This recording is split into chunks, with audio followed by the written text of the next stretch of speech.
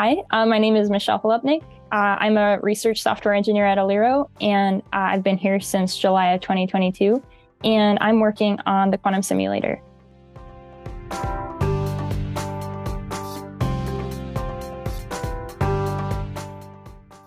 The paper we'll be looking at today is called Programmable Photonic Integrated Meshes for Modular Generation of Optical Entanglement Links.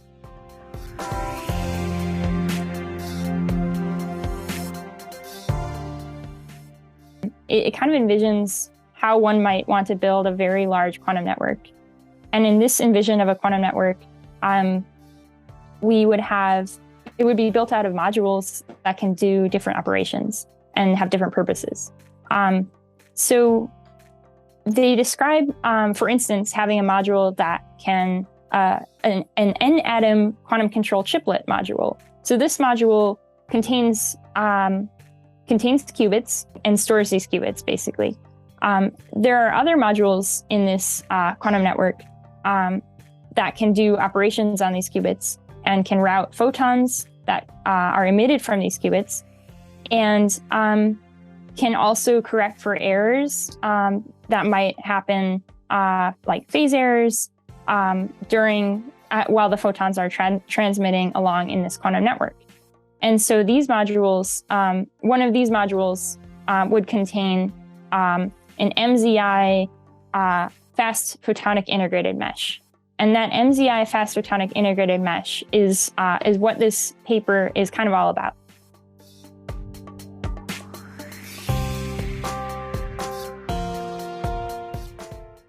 So in a Mach-Zehnder interferometer, a photon enters one of the two input ports for the first beam splitter. It then has a 50-50 probability of exiting out a given output port in that beam splitter. And because photons can act in a quantum way, the photon can travel in a superposition along both paths or out of both output ports. So this photon is now kind of in a superposition traveling along both of these paths, and it will then recombine in the second beam splitter, and it will exit out of one of the two output ports of the second beam splitter. And the probability that it exits out a given output port of the second beam splitter depends on the relative length of the two paths that the superpositions traveled along. Adjusting one of these path lengths with respect to the other path length acts as adjusting a phase of the photon, one of the superposition halves of the photon. And when you change the phase, because light acts as both a particle and a wave, light, when it's acting as a wave, you can picture just like a sine wave with like peaks and valleys. And if you have two sine waves with peaks and valleys, and the two peaks are overlapping with each other, you would get constructive interference. And if you shift this wave, then such that the peaks of one wave are overlapping with the valleys of another wave, you can see that these would kind of add to destructively interfere. So depending on the path lengths, the wave phases will either constructively or destructively interfere. And so in the output of the Mach-Zehnder interferometer, or MZI, you can get fringes based on whether or not you have constructive or destructive interference.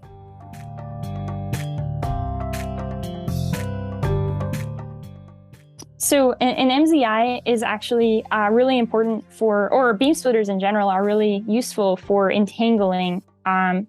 generating entanglement. So entanglement,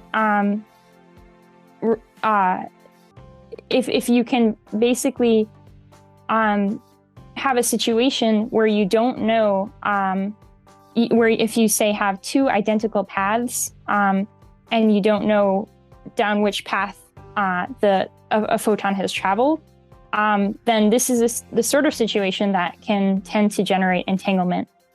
So if you have two qubits or two particles that emit photons, and you're able to kind of lose track of the photons where you don't know which paths they travel. But then and say they go through, say, an MZI or a beam splitter, and then when they come out the other end, you don't know which photon came from which qubit, and you have no way of knowing. That's a situation where you can generate entanglement between the qubits.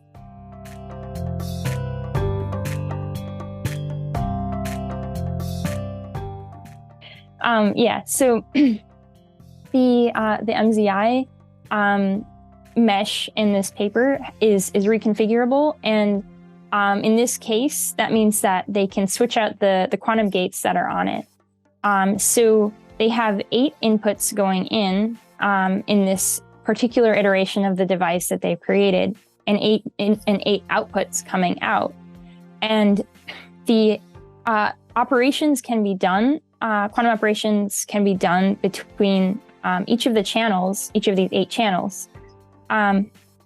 And so one operation that they do is they have a Hadamard gate, which is one type of quantum gate that they are able to actually implement using a Mach-Zehnder interferometer. It turns out that a Mach-Zehnder interferometer acting on a single photon is actually can actually end up being equivalent to a Hadamard gate depending on how you tune certain parameters.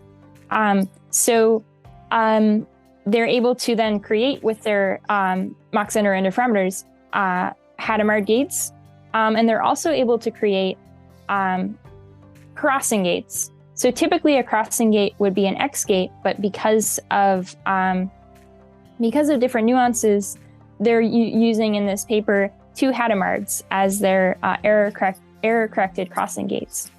And so this the Mach-Zehnder interferometers that they're able to have on chip are then actually able to be used as quantum gates and able to perform different operations on their qubits or on photons in the circuit. So operations that include just like swapping between channels, and then also with the Hadamard gate, they're able to do entangling operations given 2 distinct inputs coming in.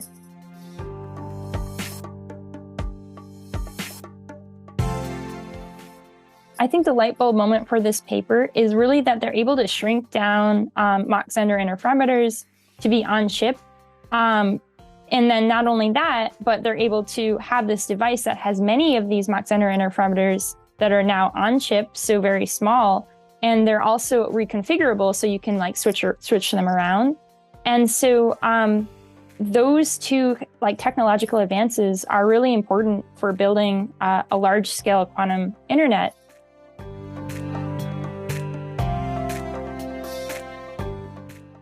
I think what this research really enables for the future is basically the vision that they sketch out in the first part of the paper.